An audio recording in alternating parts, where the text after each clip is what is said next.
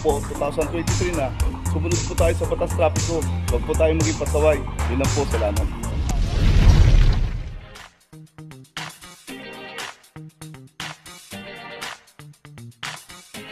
Papajo TV!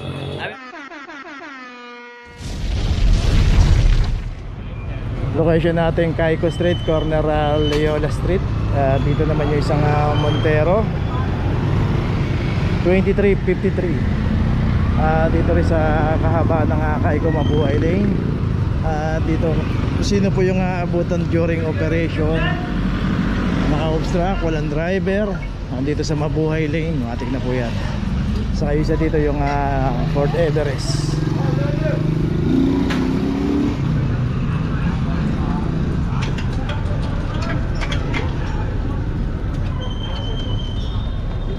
$119.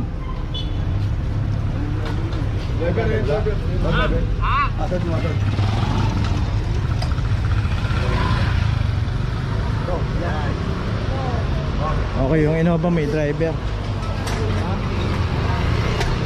Okay, isang taxi rin dito. Wala rin isang driver. Dito yung taxi nasama na rin. Yun nga po yung mga nagiging problema pagka naabutan po ng operation dito. Ito meron ng Club 2374. Si Kuya bumili lang ng soft drinks dito sa tindahan, pero andito yung driver. Pag nandiyan po yung driver, hindi pa nakakam, hindi na po tinutuloy yan. Pero pagka ito kagahit si Kuya dumating dito, Naro pa ang goto ko. Ako lang ito pinutulog na. Kaso nakapanta po yan, sir. Meron mo lang, sir. Nakapoti tayo dyan. Pag kumakain tayo, sir, nakaka-surf po. Hindi na nga mo, sinigay ito. Ay, paano sir ito? Nakalagay ko sa motor. Ay, may pasensya ko dun eh. Dapat po kasi pagkakaan po kayo, nakasag po kayo, sir. May pasensya ko dun eh. Matagal po yan, sir. Matagal po kagad yan. Puntahan nyo ngayon din sa opisina. Pag nasettle nyo sa opisyan, matanggal kagad yung plan, nakamotor mo magtatanggal. Eh kasi naroon lang ako sa. Sige po, puntahan nyo na po para mabilis lang po. Saan po doon? Little Market po, kaya po yung address. Sir, si ano eh, si ano po, si... Sir, hawakan ko. Sir, si ano, si ano po, sino po? Si ano? General, ano, Sukat? General Sukat? Opo. Okay. Ay, masaglit lang po yan, sige, tanggal lang kagad yan. Puntahan nyo ngayon sa opisina.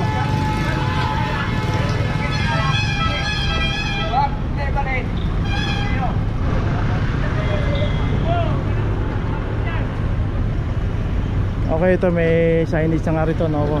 Parking clamping zone.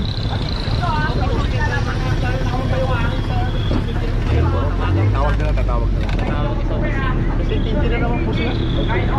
Sila ka po. Kasi hindi pa sila po.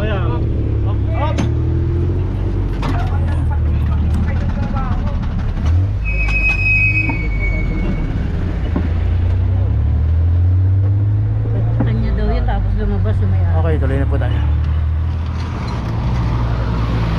Location natin Blooming Street Extension, corner Benny Street. Dito isang Toyota Rush.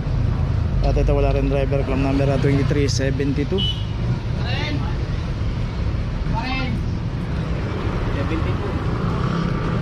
Dito rin sa kahabaan ng Blooming Street Extension, Mabuhay Lane, clamping zone.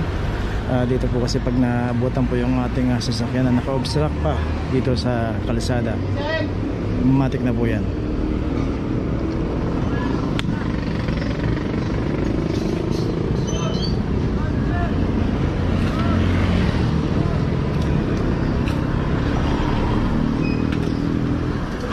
Okay, ito may notes na. Tuloy na po tayo. Location natin Matimia Street, corner Blooming Street Extension. Dito yung isang Toyota.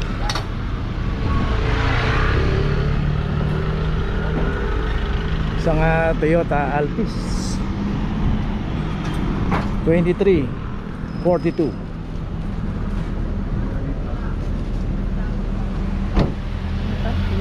Matimias Blooming Street Extension. So dito yung isang sasakyan nag-drop lang dito sa bahay nila rito at paalis na rin.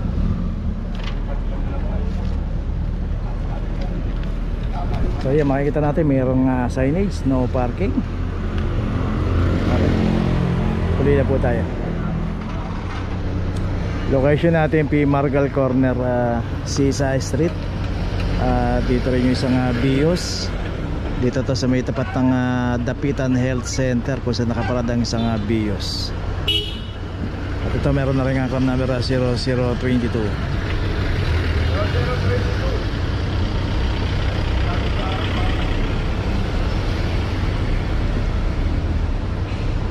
Kung tayo paparada at iiwan natin ng matagal yung ating sasakyan, humanap po tayo ng mga paradahan na hindi mabuhay lane o kaya maghanap po tayo ng mga pay parking. Dito po kasi pagka inabutan yan, lalo na pagka walang driver, matik na po yan. Tutubusin na po natin yan sa Central Market at meron kaukulang penalty 900 pesos. Okay, meron na rin notice yung BIOS. Tuloy na po tayo. Location natin Laon-Laan corner Dos Castillas. Dito isang Fortuner. Ito nakaklam na 2341. Dito lang to sa may tindahan ng mga bulaklak. Dito sa may Dangwa. So dito kasi kita natin napaka busy ng area na to.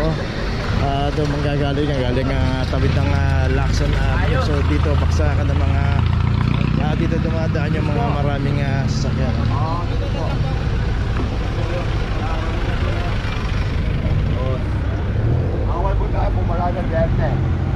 So yung BIOS dito nakaklap na rin 2349.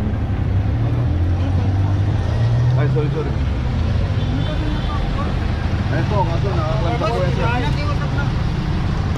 Wala po kasi akong kasama sir. Kasi pupunin ko lang po yung bulaklak na. Kasi din iusap naman po ako sa inyo sir. Sir, ganito po sir ha. Apo sir. Punta ka sa opisina ngayon, dala niyo po, pakita niyo po yung ID niyo, wala problema yan. Apo. Kasi bawal po tagal niyo po nakaklap na ha. Inutusan lang po ako. Yung bulaklak po kasi baka matuyo na yun po. Ano po kayo sir? Ano din, ganyan din. Wala po Sakit na po yan, sakit na po yan. Wala po akong sasakyan gagamitin. Magtasikal po kayo. Sakit po.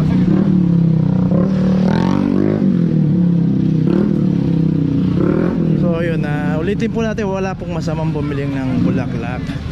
Pero iayos lang natin pagkakaparada. Huwag po tayong basta saan sa paparada kasi magkakasa rin ng traffic yun. Okay, tuloy na po tayo. Saka naka-obstruct po dito sa Mabuhay Lane.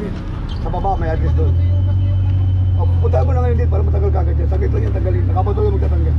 Ngayon din. Location natin Laon-Laan corner Maceda. Dito isang Honda Brio. Dito rin nakaparada rin dito sa mahaba ng Mabuhay Lane. 2340.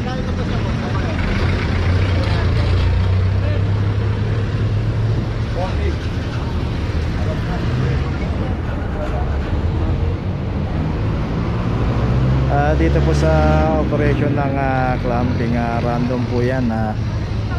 Pag nadaanan po yung ating sasakyan, lalo sa mga kahabaan ng Mabuhay Lane, matik na po yan. Maseda na lang. Kaya iwasan po natin pumarada sa mga Mabuhay Lane. At kung magtatagal tayo, hanap po tayo ng mga pay parking. O kaya may mga secondary road, pwede po natin ipasok doon. Kasi yung ino-operate po ng clamping, Mabuhay Lane, National Road. Ayun, sa secondary road, pagka pumarada tayo, iayos natin. Huwag po tayo paparada ng double parking at saka naka-street corner. Okay, tuloy na po tayo. Location natin Makiling corner Maceda. Dito na may isang Mirage ang naklam dito. At ito meron na rin claim number 0024. Okay, puntahan pa natin yung ibang kaklam dito.